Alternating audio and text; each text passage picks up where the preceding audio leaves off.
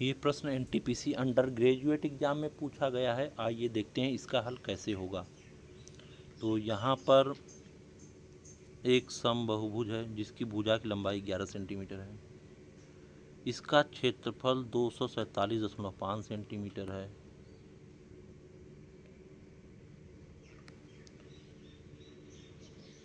यदि केंद्र से बहुभुज की भुजा तक की लंबवत दूरी 9 सेंटीमीटर है तो बहुभुज की भुजाओं की संख्या ज्ञात कीजिए। तो ये हमने उसका एक टुकड़ा सबसे पहले उठा लिया और ये रहा बहुभुज का एक टुकड़ा। हमें नहीं पता है कि इसमें कितनी भुजाएं हैं। और ये रहा इसका केंद्र। वहाँ से हमने उसकी एक भुजा के दोनों ओर एक रेखा खींच दिया। ये केंद्र से बहुभुज की भुजा तक की लंबवत दूरी 9 सेंटीमीटर है। अब यहाँ पर हम इस पर लंबवत दूरी खींचते हैं।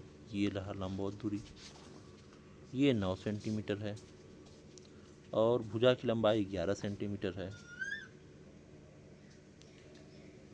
और इसका क्षेत्रफल 247.5 दिया है। तो 1/2 गुणे बेस गुणे हाइट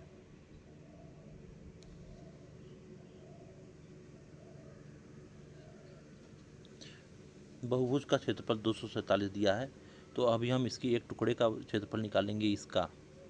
तो 1/2 गुणे बेस गुणे हाइट करेंगे और टोटल एरिया 247 है। तो 1/2 गुणे 9 गुणे 11 हो जाएगा। तो ये आ जाएगा 1/2 गुणे 9 गुणे 11। ये आ गया इसका एरिया।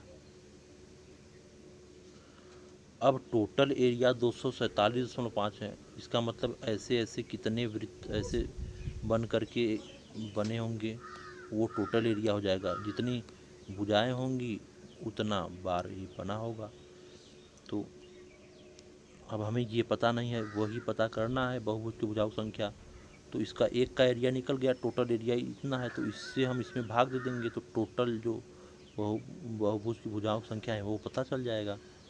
तो अब टोटल एरिया है 247। तो टोटल एरिया 247.5 है। इसमें भाग देंगे 9 गुणे 11/2 का। तो 2 का ऊपर गुणा हो जाएगा और 495 आ जाएगा।